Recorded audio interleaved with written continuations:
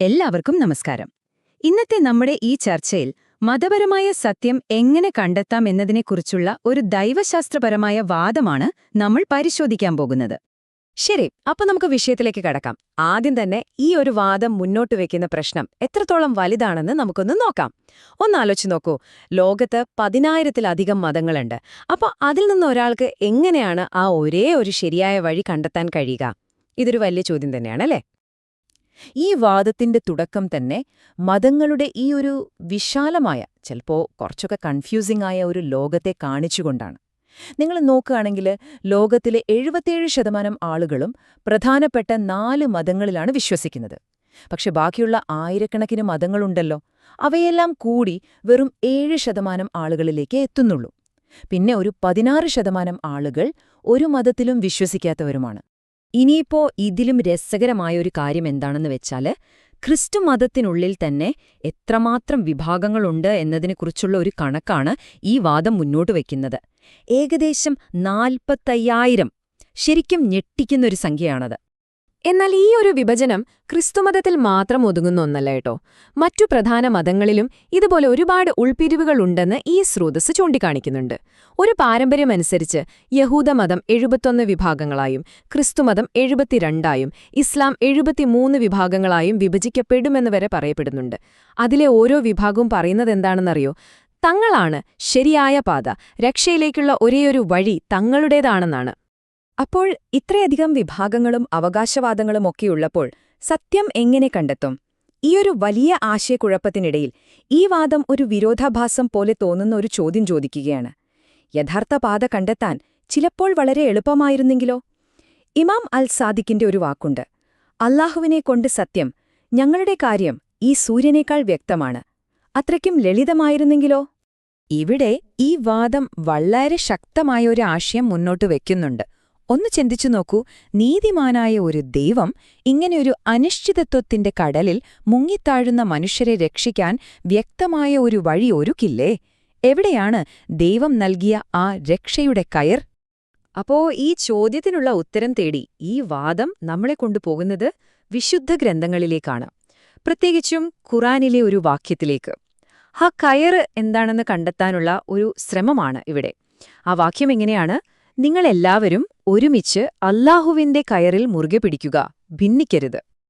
അപ്പോ ഇതാണ് ഈ വാദത്തിലെ ഏറ്റവും നിർണായകമായ പോയിന്റ്. ഇതൊരു പുതിയൊരു വ്യാഖ്യാനമാണ്. ആ രക്ഷയുടെ കയർ എന്ന് പറയുന്നത് ഒരു പുസ്തകമോ അല്ലെങ്കിൽ ഒരു ഗ്രന്ഥമോ അല്ല, മറിച്ച് ജീവിച്ചിരിക്കുന്ന ഒരു മനുഷ്യനാണ്, ഒരു വഴികാട്ടിയാണ്. ഈയൊരു ആശയം വളരെ വ്യക്തമാക്കുന്ന ഒരു താരതമ്യമാണിത്. അതായത് ഒരു ജീവിക്കുന്ന മതം അല്ലെങ്കിൽ എ ലിവിംഗ് റിലിജൻ എന്ന് പറയുമ്പോൾ അതിന് ദൈവീകമായി നിയമിക്കപ്പെട്ട ജീവിച്ചിരിക്കുന്ന ഒരു നേതാവുണ്ടാകും. എന്തിനാണെന്നോ, നമ്മുടെ ഈ കാലഘട്ടത്തിലെ ചോദ്യങ്ങൾക്കുത്തരം നൽകാൻ, നമ്മളെ വഴി നടത്താൻ. എന്നാലൊരു മരിച്ച മതത്തിന്റെ അഥവാ എ ഡെഡ് റിലീജിയന്റെ നേതാവ് എപ്പോഴും ഭൂതകാലത്ത് നിന്നുള്ള ഒരാളായിരിക്കും. ഒരു പ്രവാചകനോ രക്ഷകനോ ആകാം, പക്ഷെ അദ്ദേഹം ഇന്ന് ജീവിച്ചിരിപ്പില്ല. ശരി, അപ്പോ ഈ വാദത്തിന് എന്തെങ്കിലും തെളിവുകളുണ്ടോ? നമുക്കതൊന്ന് നോക്കാം. ഇതൊരു പുതിയ ആശയമേ അല്ല, മറിച്ച് ചരിത്രത്തിലുടനീളം ആവർത്തിക്കപ്പെടുന്ന ഒരു ദൈവിക മാതൃകയാണെന്നാണ് ഈ സ്രോതസ് അവകാശപ്പെടുന്നത്. ആദ്യത്തെ ഉദാഹരണം വരുന്നത് യഹൂദഗ്രന്ഥമായ തനക്കിൽ നിന്നാണ്. അവിടെ ദൈവം മോശയോട് തന്റെ പിൻഗാമിയായി ജോഷുവയെ പരസ്യമായി നിയമിക്കാൻ കൽപ്പിക്കുകയാണ്. എന്തിനാണെന്നോ, ഇസ്രായേൽ സമൂഹം അവനെ അനുസരിക്കേണ്ടതിന് നിന്റെ അധികാരത്തിൽ നിന്ന് കുറച്ച് അവന് നൽകുക. അപ്പൊ കണ്ടില്ലേ, ഒരു ജീവിച്ചിരിക്കുന്ന നേതാവിൽ നിന്ന് അടുത്ത ജീവിച്ചിരിക്കുന്ന നേതാവിലേക്ക് അധികാരം കൈമാറുന്ന ഒരു രീതി. ഇനി രണ്ടാമത്തേത്, ഇതേപോലൊരു സംഭവം സുവിശേഷങ്ങളിലും നമുക്ക് കാണാൻ കഴിയും. യേശു പത്രോസിനെ തന്റെ സഭയുടെ അടിസ്ഥാന ശിലയായി പ്രഖ്യാപിക്കുന്നു, അതായത് തനിക്ക് ശേഷമുള്ള വഴികാട്ടിയായി. ആ പ്രശസ്തമായ വാക്യമില്ലേ, നീ പത്രോസാകുന്നു, ഈ പാറമേൽ ഞാൻ എന്റെ സഭയെ പണിയും. ഇവിടെയും സംഭവിച്ചത് അതുതന്നെയാണ്. ഭാവിയിലെ വിശ്വാസികൾക്ക് വഴിതെറ്റാതിരിക്കാൻ ഒരു മനുഷ്യനെ, ഒരു ജീവിക്കുന്ന വഴികാട്ടിയെ ചുമതലപ്പെടുത്തുന്നു.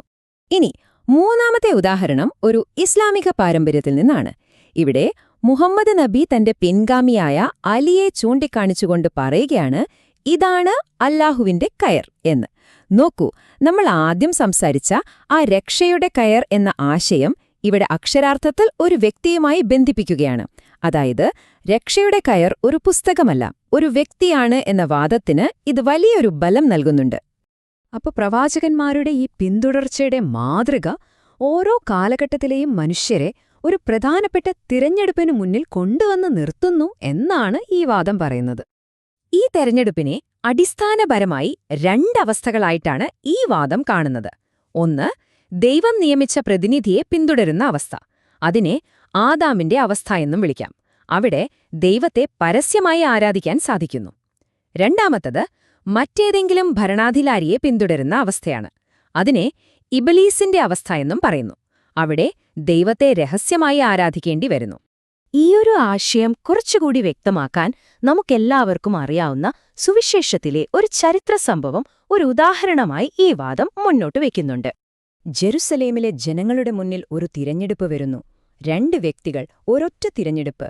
ഒന്നാമൻ, ദൈവികമായി നിയമിക്കപ്പെട്ട നല്ല ഇടയനായ യേശു. രണ്ടാമൻ, ജനങ്ങൾക്കിടയിൽ പ്രശസ്തനായ എന്നാൽ ശിക്ഷിക്കപ്പെട്ട കുറ്റവാളിയായ ബറാബ്ബാസ്. ഇവിടെ ജനക്കൂട്ടം എന്ത് തീരുമാനിച്ചു എന്ന് നോക്കൂ. അവരുടെ തീരുമാനം കാണിക്കുന്നത് ഭൂരിപക്ഷ അഭിപ്രായം. അത് മതവിശ്വാസികൾക്കിടയിൽ തന്നെ ആയാലും ചിലപ്പോൾ ആളുകളെ ദൈവികമായ പാതയിൽ നിന്ന് അകറ്റിയേക്കാമെന്നാണ്. കാരണം അവരെല്ലാം ഒരേ സ്വരത്തിൽ ആർത്തുവിളിച്ചു, ബറാബ്ബാസ്, ഞങ്ങൾക്കവനെ മതി. അപ്പോ ഈ ചരിത്രപരമായ വാദം നമ്മളെ കൊണ്ടെത്തിക്കുന്നത് എല്ലാ കാലഘട്ടത്തിനും പ്രസക്തമായ ഒരു ചോദ്യത്തിലേക്കാണ്. ഓരോ കാലത്തും നമ്മുടെ മുന്നിൽ ഒരു തിരഞ്ഞെടുപ്പുണ്ട്. ദൈവം നിയമിച്ച വഴികാട്ടിയെ പിന്തുടരണോ, അതോ ലോകം അല്ലെങ്കിൽ ഭൂരിപക്ഷം തിരഞ്ഞെടുക്കുന്ന ഒരാളെ പിന്തുടരണോ? ഈ വാദമനുസരിച്ച് ഇതിലേത് തിരഞ്ഞെടുപ്പാണ് സൂര്യനെപ്പോലെ വ്യക്തമായിട്ടുള്ളത്? ഇതൊരു വലിയ ചോദ്യമാണല്ലേ.